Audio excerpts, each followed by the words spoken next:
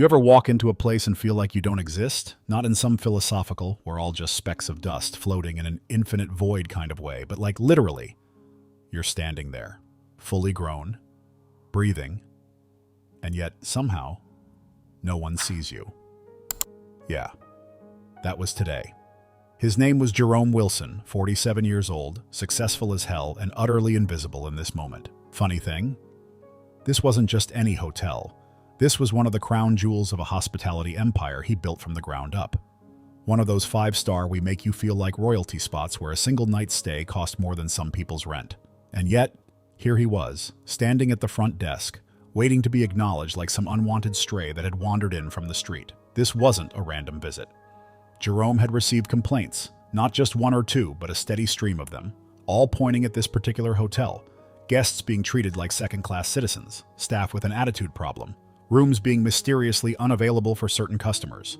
He could have handled it the usual way, called the manager, scheduled an internal audit, thrown some corporate jargon at the issue and hoped it fixed itself.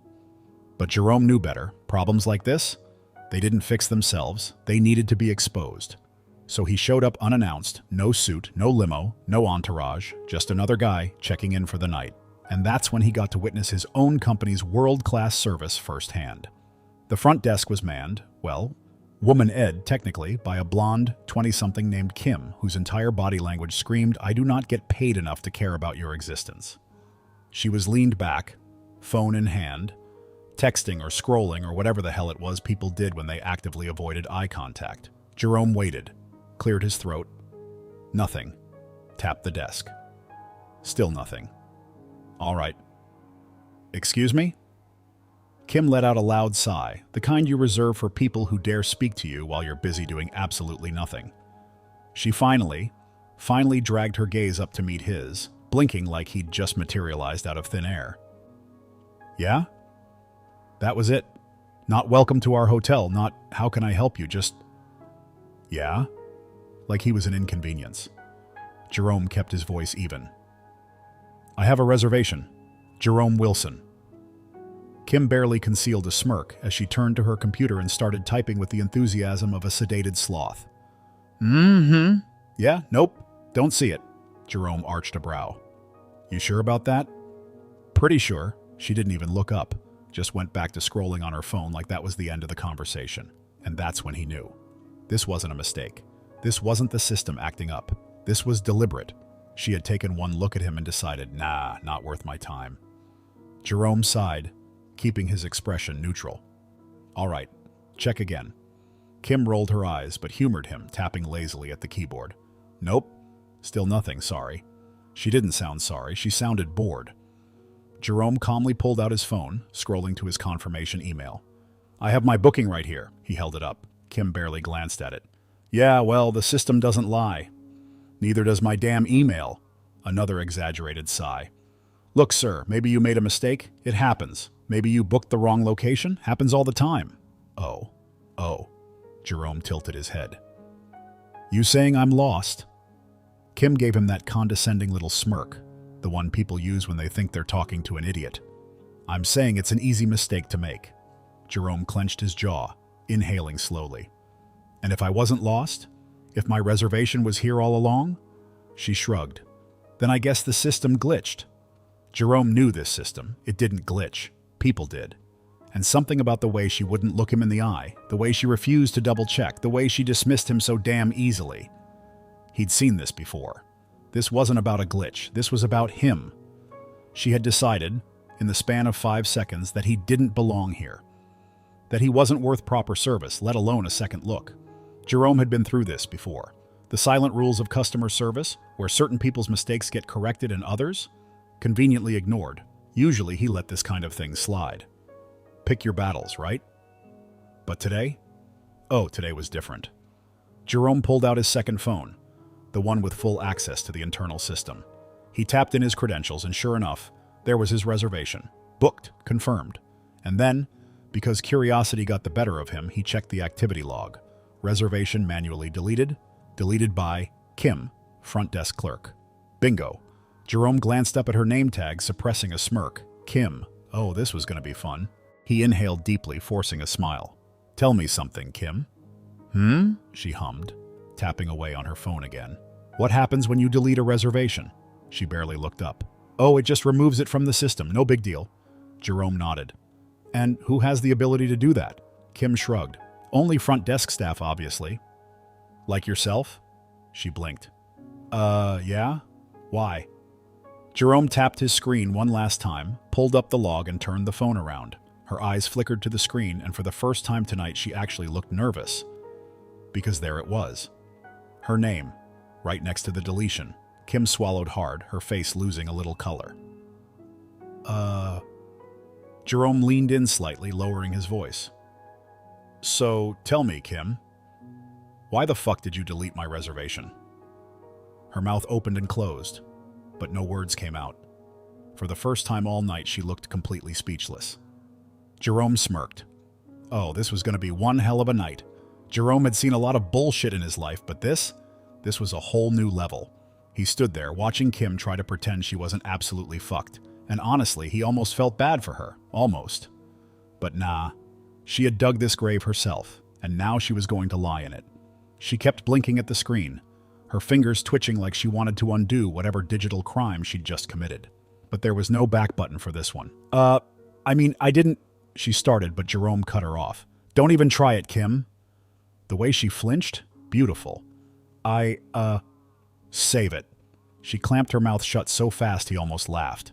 He took a step back, inhaled deeply, and calmed himself down. Because honestly, he wanted to go off.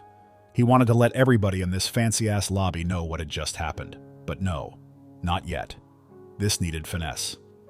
So instead, he leaned on the counter and smiled. Here's what's going to happen, Kim. She gulped. You're going to find me a room, right now. She hesitated, but when he just stared at her, she scrambled to type. He could hear the shaky tapping of her fingers on the keyboard. Okay, she muttered. Speak up. I found a room. Of course you did. She grabbed a keycard and shoved it across the counter, not making eye contact. Here you go, sir. He didn't touch it. Which room? 1427, he sighed. The worst room in the building, huh? Kim froze. See, she thought she was slick. Room 1427 was by the elevators next to the maintenance closet with a glorious view of the dumpster out back. Jerome knew every room in this hotel. Hell, he had designed the floor plan himself. And this? This was textbook pettiness. Kim, he said, tilting his head. Do I look stupid to you? Her face twisted. No, Then why the fuck are you trying to play me like I don't know exactly what you just did? Dead silence. The lobby was eerily quiet now. Other guests had started noticing the tension. A couple at the nearby couches glanced over, pretending they weren't eavesdropping. A bellboy in the corner suddenly got very interested in adjusting his little hat. Jerome slowly picked up the keycard. Thanks, Kim. And with that, he turned and headed for the elevators. But this wasn't over, not even close. The second he stepped into his room, Jerome pulled out his laptop. This was his hotel, his empire, and someone had the audacity to treat him like he was some random nobody? Time to do some digging. First, he pulled up the hotel's internal records. He checked staff complaints, guest complaints, manager reports, anything tied to this location. And guess what? Kim's name was everywhere. Front desk agent dismissed a guest complaint without logging it. Guest reported racial discrimination at check-in. Staff involved. Kim. Kim refused service to a guest, stating hotel policy but did not provide documentation. Kim involved in multiple disputes with guests over system errors affecting reservations. Oh, she wasn't just bad at her job, she was actively malicious. And yet, she still had this job. Why? Jerome scrolled further and found his answer. The manager, Stephen Lane, a spineless corporate yes-man who probably avoided confrontation at all costs. Translation? Kim had been a problem for a long-ass time, but no one had the balls to fire her, which meant he had to do it himself. Jerome strolled back to the lobby, taking his sweet time. Kim was still at the desk, probably thinking she had dodged a bullet. Wrong. He walked right past her and straight into the manager's office. Didn't knock. Didn't need to. Stephen Lane, a middle-aged guy with I peaked in high school energy, looked up from his desk and immediately panicked. Mr. Wilson, what a surprise! Jerome shut the door behind him and leaned against it. Cut the bullshit, Stephen. We need to talk. Stephen swallowed. Of course. What can I... Do you know what's happening at your front desk? Stephen blinked. Well, I think everything is... Wrong answer, Jerome crossed his arms. I just had my own reservation deleted by one of your employees. Stephen turned pale. What? Who? Jerome grinned. Take a wild fucking guess. Stephen opened and closed his mouth like a damn fish. It was Kim, wasn't it? Ding, ding, ding. Stephen winced. Listen, Mr. Wilson, I was going to handle it, I swear, but she's been... Jerome held up a hand. Shut up. Stephen shut up. Jerome took a deep breath, letting the silence hang. You've had complaints about her for months, maybe even years. And you did... nothing. Stephen looked like a man facing his own execution. I thought maybe she just needed more training. Training? Training? Jerome laughed, actually laughed. Dude, this woman isn't some confused intern who forgot how to use the damn software. She's a fucking problem, and she's your problem. Stephen looked like he wanted to melt into the floor. Jerome let out a long breath and nodded. So here's how this is going to go down, Stephen. You're going to walk out there and you're going to fire her. Right now. In front of everyone. Stephen's jaw dropped. Right now, but right now, Stephen hesitated. Then, realizing there was no escape, he nodded. And so, 2 minutes later, the entire lobby watched as the hotel manager walked up to Kim and dropped the hammer. She tried to argue, tried to cry, tried to say it was all a misunderstanding. Didn't matter. Her ass was out. Jerome stood nearby, watching the whole thing with a satisfied smirk. And as Kim stormed toward the exit, throwing one last hateful glance over her shoulder, he just smiled. Because tonight, justice had been served. And the best part? She still had no idea who the fuck he really was. Jerome watched Kim storm out of the hotel, her face twisted in a mix of anger and humiliation. And damn, it was glorious. Justice had been served, and yet something about it still wasn't enough. Maybe it was the fact that she had no idea who had just wrecked her career. Maybe it was because firing one employee didn't fix the real problem.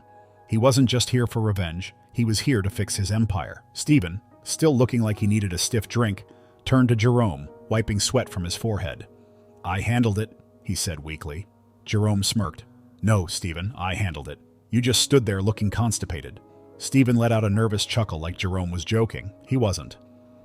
You know, I could fire you too, Jerome continued, his tone casual. For letting this hotel turn into a customer service nightmare, Stephen swallowed hard.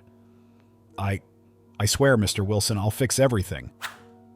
Jerome raised an eyebrow.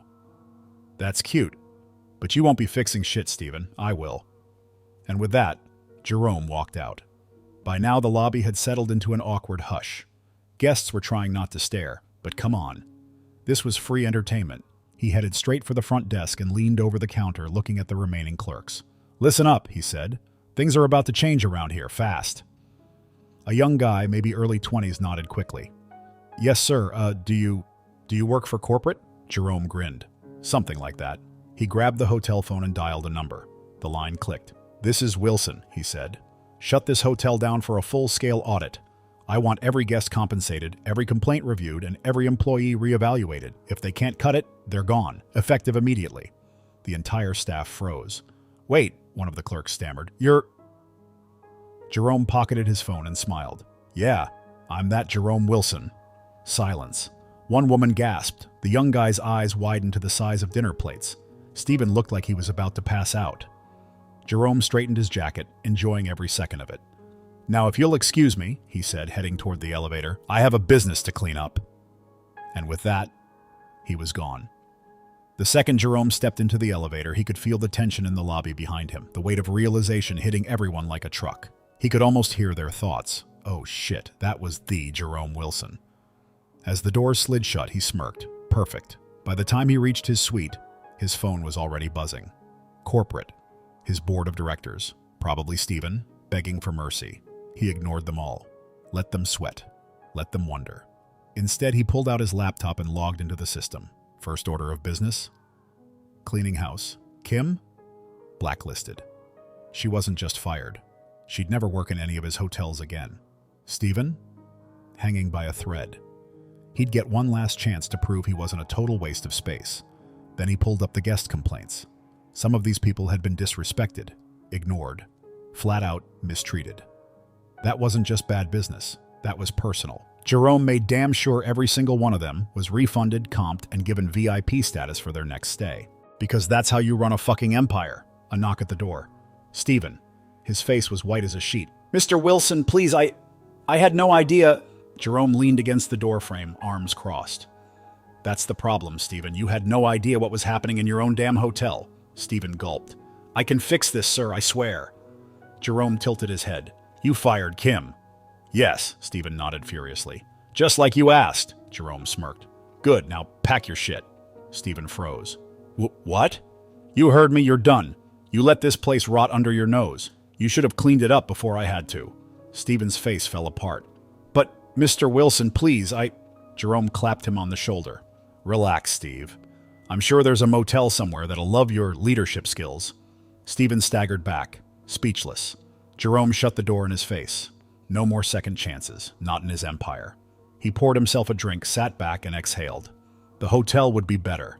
The business would be stronger, and the next time some front desk clerk thought they could pull that shit, they'd think twice.